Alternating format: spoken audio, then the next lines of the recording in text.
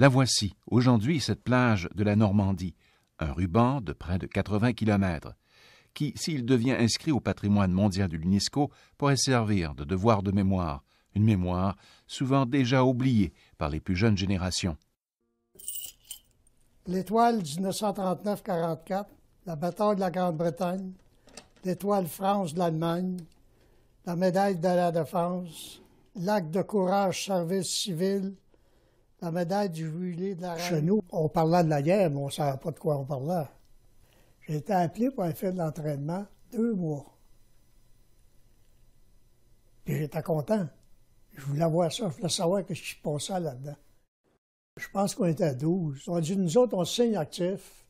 Et puis, qu'on ira en Angleterre, puis ça ne nous coûtera pas du sou, on va avoir un beau voyage. Puis la guerre va être finie par ce temps-là. C'était la plage Juno, si de mémoire. Et puis, donc c'est là que la vraie guerre, réellement, a pris son ampleur. Et puis, moi, je dirais que là, chaque soldat vieillissait presque d'1 an, parce que là, c'était sérieux. Et puis, c'était la vérité.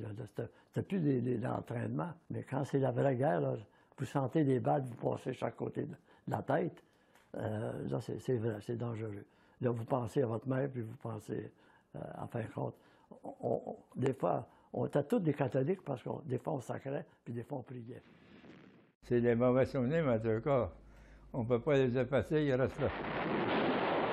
William Malenfant avait 18 ans quand il s'est enrôlé. Rien à ce moment ne préparait ce parachutiste et tireur d'élite aux horreurs qu'il a vécues sur les côtes de la Normandie à partir du 6 juin 1944. T'es là, tu tires. Tu tires pas, c'est lui qui va te tirer. C'est un homme qui est en... Comment il y en a vivante, là? C'est un homme quand même.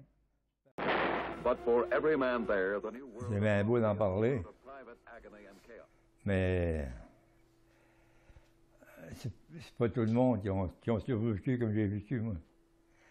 J'ai passé au travers, moi, mais dans de maudites gangs qui sont tombés. Je peux pas t'expliquer ça, ce que ça peut faire. C'est impossible à expliquer. La nuit du 5 au 6 juin 1944, après 2 jours d'attente sur les navires, les troupes alliées se dirigent vers les côtes normandes. Sous un temps pluvieux et venteux, les péniches transportent les troupes vers les plages. Puis les soldats, parmi eux 18 000 Canadiens, débarquent sous les tirs des mitrailleuses. L'eau leur arrive parfois à la hauteur de poitrine.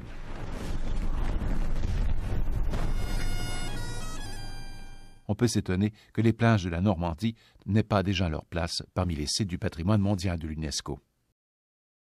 Non seulement on parle très peu de l'opération Overlord, on parle très peu de la Deuxième Guerre mondiale.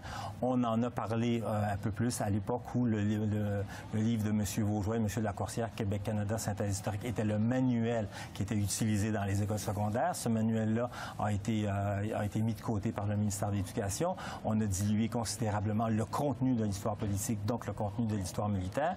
Et au Québec, malheureusement, la mémoire collective a conservé de la Deuxième Guerre mondiale que la question de la conscription. Pourquoi? Parce que lors du déclenchement de la guerre en septembre 1939, le premier ministre Mackenzie King avait promis de ne jamais imposer la conscription. Et en 1942, il organise un plébiscite pour demander aux Canadiens la permission de le libérer de son engagement de 1939. Et le Canada anglais va le libérer de son engagement, mais pas le Québec. Pas le Québec. Et tout s'est passé comme si on avait conservé que se souvenir d'une promesse non tenue. Le vétéran canadien Ernest Aucoté avait 101 ans en 2014. C'est très émouvant. Et pour moi en particulier, de voir tous ces gens qui viennent librement dire merci d'avoir été soulagés du joug nazi hitlérien. C'est quand même, ces gens-là, ils viennent d'un pays là, où ils n'ont rien, eux autres. Là. Ils n'ont rien, je veux dire. Ils n'ont pas de guerre, ils n'ont rien, ils viennent nous libérer. Là. Il faut le faire. Hein. C'est pour ça que, pour moi, on a un immense devoir de reconnaissance et de remerciement à dire, que ce soit les Canadiens, les Américains, les Anglais, ainsi de suite, à ces gens-là. Parce qu'il fallait être courageux pour partir de chez soi, pour venir se battre en Normandie. Hein. Un reportage de Radio-Canada International.